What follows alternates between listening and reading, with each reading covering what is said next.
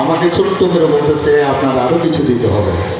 সাতকানিয়া লোহাগাড়া বৌদ্ধ ঐক্য পরিষদের বার্ষিক বৃত্তি প্রদান, পৃষ্ঠপোষক ও গুণীজন সংবর্ধনা অনুষ্ঠান অনুষ্ঠিত।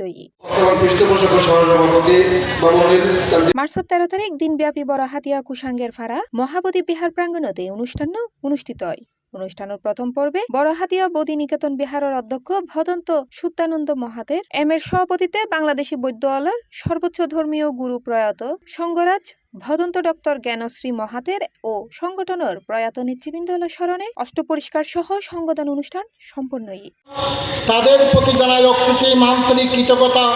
দ্বিতীয় পর্বে অনুষ্ঠানত প্রধান অতিথি হিসেবে উপস্থিত আছেন বাংলাদেশ বৌদ্ধ সমিতির সিনিয়র ভাইস চেয়ারম্যান লায়ন আদর্শ কুমার বড়ুয়া PMGF।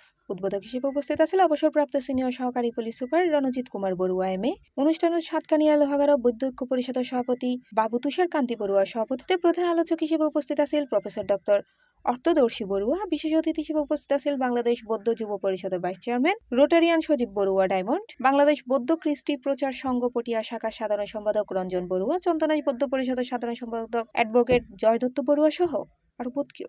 আজকে আবার কত 2 বছর আগে, একটু আগে 3 বছর আগে সত্য জ্ঞান হলো 2022 সালে ইন্টারন্যাশনাল মানুষ এই সংগঠন হলে আবারও 1 লাখ টাকা দিই।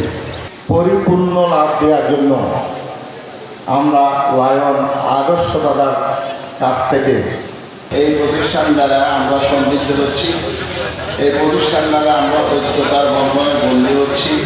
লোহাগাড়ার মাটি, লোহাগাড়ার মানুষ, বৌদ্ধ সম্প্রদায়, প্রত্যেকটা বৌদ্ধ সম্প্রদায়ের অন্তরে একটা না বললে হচ্ছে না। 17/2/1999 যেই ছাত্রছাত্রীদের অভিভাবকবৃন্দ, গ্রামের বাসিন্দা, আপনাদের সকলকে আন্তরিকভাবে শ্রদ্ধা এবং শুভেচ্ছা জানাচ্ছি।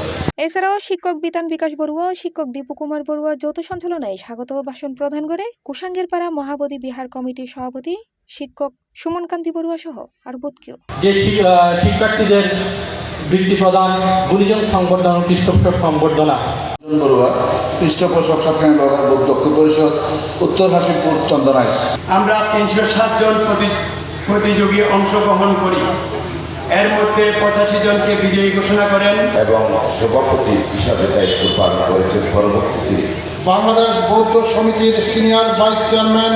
ভাবনা আমার সৃষ্টি হয় না, কারণ আমি এত বেশি ব্যস্ত থাকি, এত বেশি কাজের মধ্যে থাকি। রূপম কিশোর বড়ুয়ার মতো যারা রয়েছে, আজকে রাখাল চন্দ্র বড়ুয়ার কথা আসছে। উক্ত আলোচনা সভা শেষে উপস্থিত বৃত্তিপ্রাপ্ত বিভাগ শিক্ষার্থীরা পুরস্কার তুলে দেওয়া হয়। C+ TV, Chittagong.